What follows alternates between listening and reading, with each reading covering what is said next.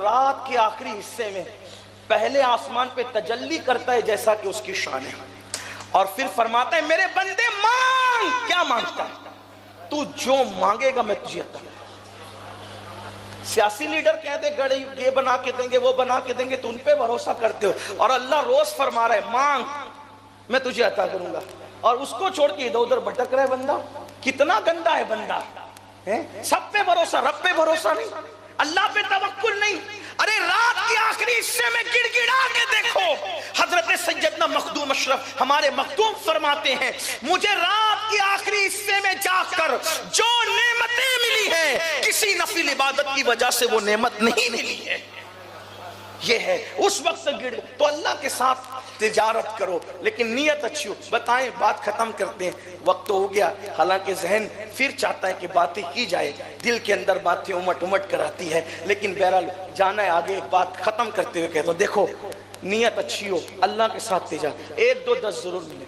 तंगदस्ती हो ना, देने लगा करो अल्लाह की राह में, लेकिन इस नीयत से मत दिया करो कि मिलेगा, उसको राजी करने। हाँ, उसको राजी करने के लिए। फिर देखो, एक बार राबिया बसरी रोजे से थी, बड़ी अजीम खातून है राबिया बसरी, चौथी बेटी बन के पैदा हुई थी, इसीलिए उसको उनका नाम राबिया रखा है। इतने गरीब घर में पैदा हुई, जिस दिन पैदा हुई थी उस दिन घर में ना चिराग में तेल था और ना इस्तेमाल में तेल था। तो अल्लाह के रसूल ने अमीर को ख्वाब में आके फरमाया कि वहाँ बच्ची पैदा हो रही, वहाँ सामान पहुँचाओ। यानी यूं मकबूल थी अल्लाह के रसूल की बात। बड़ी नेक थी, बड़ी पारसा थी, बड़ी पारसा। चौथी थी। बड़ी दुख भरी कहानी इस खातून की भी। और याद रखना, अल्लाह दुख उन्हीं को देता है जिनको अपना बनाता है। अगर बंदा दुख की हिकमतें जान ले, अगर बंदा दुखों की हिकमतें जान ले, तो कभी वो मुस्कुराने की भी कोशिश न करे। हाँ, एक दिन हजरत मूसा अलैहिस्सलाम ने अल्लाह से कहा, मौला ये फिरौन इतना बदबख्त है, इसके सर में कभी दर्द भी नहीं होता। इरशाद होता है, मूसा जिसको अपना बनाते हैं दर्द भी उसी को देते हैं, इसका सर ही इस काबिल नहीं है कि अपना दर्द इसे अता करे।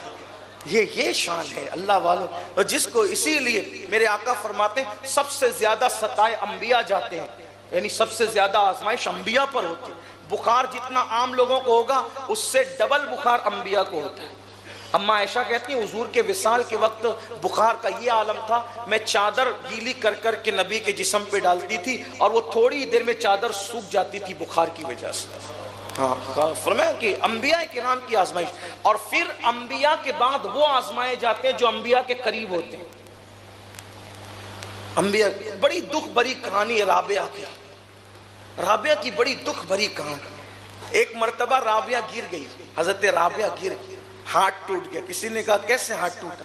कहा एक आदमी ने मुझे देख लिया तो मैं अल्लाह के खौफ से गिर गई कि अब मैं ऐसी हो गई कि लोग मुझे मर्द देखने लगे, हाथ टूट गया राबिया।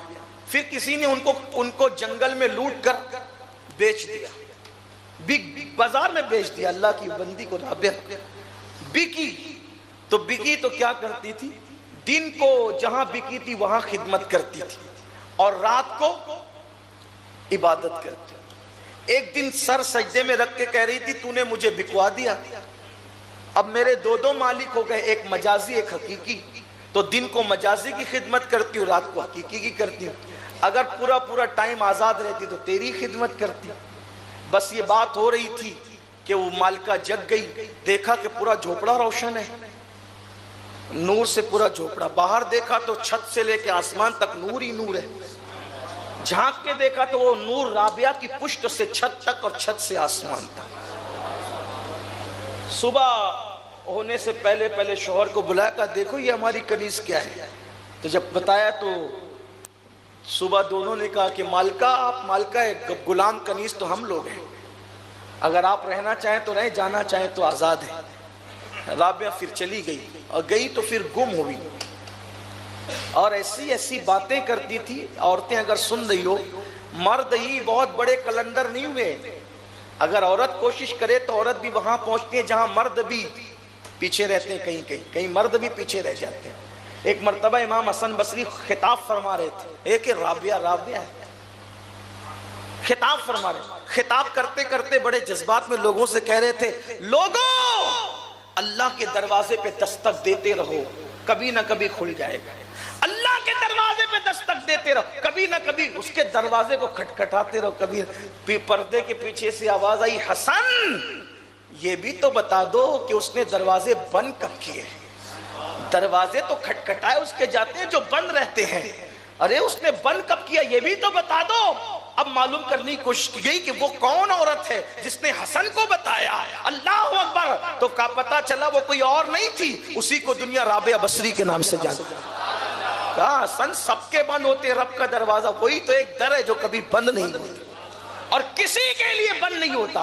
खुदा का दर वो दर है, अगर काफिर भी उसके दर पर आ जाए तो अल्लाह काफिर के लिए भी दर बंद नहीं फरमाता। राबिया बसरी का जिक्र चल रहा है।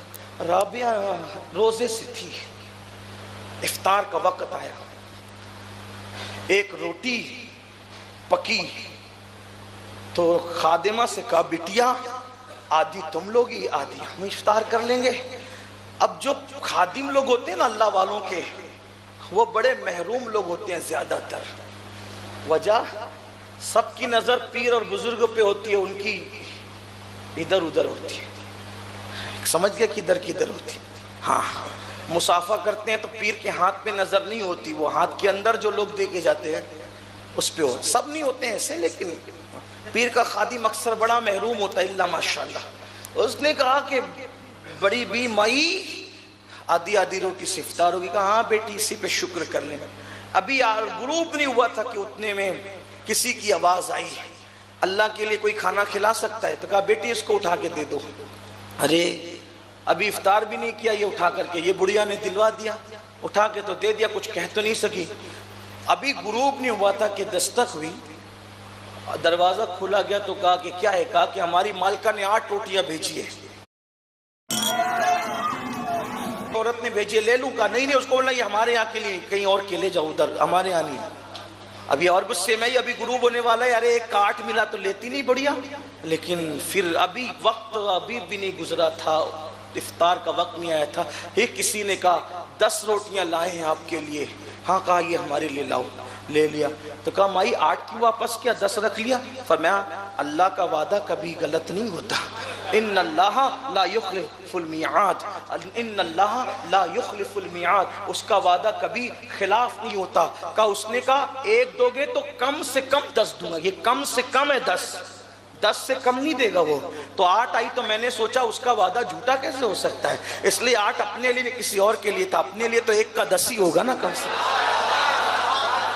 जो दोगे, 1 रोटी दी 10 मिली, 1 पैसा दो 10, ये कम से कम है, ज्यादा से ज्यादा। और तिजारत करो अल्लाह के साथ। और आखिरी बात, औलाद देखो, इमाम हुसैन ने औलाद दी, दी कि नहीं दी? एक भी नहीं बचाया, एक बीमार बचा बस सिर्फ। अगर मैं तो सोचता हूँ अगर ज़ैनुल आबिदीन पाक बीमार नहीं होते तो शायद वो भी दे दिए जाते।